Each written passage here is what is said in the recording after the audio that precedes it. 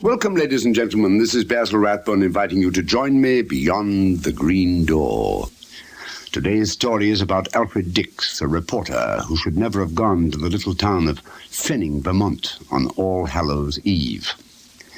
Everyone knows that things happen in Fleming, strange little mysteries that are better left beyond the green door. Alfred Dix could see nothing unusual about Fenning. It looked like any other New England town, and it obviously didn't deserve its sinister reputation. Dix's editor told him, "Al, catch a train up to Fenning. It's supposed to be haunted, walking dead, that sort of thing. Tonight's All Hallows, so it should be worth some filler copy." But now nearly midnight, after spending half the night in Fenning, Dix still had nothing to write. The locals were a close-mouthed bunch, and the town's three-man police force hadn't helped. "Nothing to these stories," the chief had said. "Ridiculous nonsense. This is the quietest town in Vermont."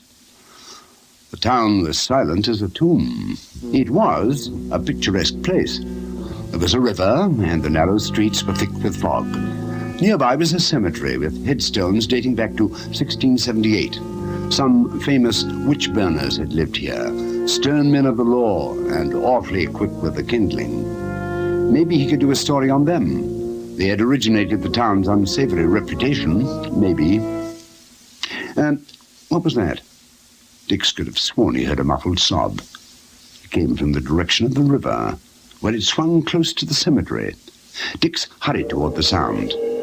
At last, through the tendrils of the fog, he saw a woman standing on the riverbank. She was climbing over the railing towards the rushing black waters below. Here was a story, all right. Dix shouted, "Don't do it!" And he rushed over and caught the girl by the shoulders. "But I always do this on All Hallows," the girl said. She turned towards him, and Dick saw that she had no face. No face except what might be left after some years in a waterlogged grave. She reached for him, and Dix turned and ran. He fled that accursed spot on the riverbank, and he could hear the footsteps of the girl behind him, gaining on him with a horrid and quite unearthly speed. Dix thought he was done for, but then he saw a familiar blue uniform. Putting on the last spurt, he almost collapsed into a policeman's arms. "Over there," Dix shouted. "I saw a girl, a corpse." "Take it easy," the policeman said. "Calm yourself. She won't get you." Dix caught his breath. The girl was nowhere in sight. In the distance, a church bell was tolling midnight. Only then Dix noticed the policeman's hand supporting him. That hand was white, with yellow bones showing through it at the knuckles. And Dix fought to free himself of that iron grasp, for suddenly he didn't want to look up at the man's face. A few days later, Dix's editor phoned the Fenning police to ask about his missing reporter. The police weren't able to help very much. They were sure that no one answering Dix's description had entered the town last night.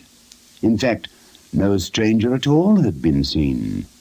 Most people were superstitious fools, the chief added, and they stayed away from Fenning on All Hallows Eve.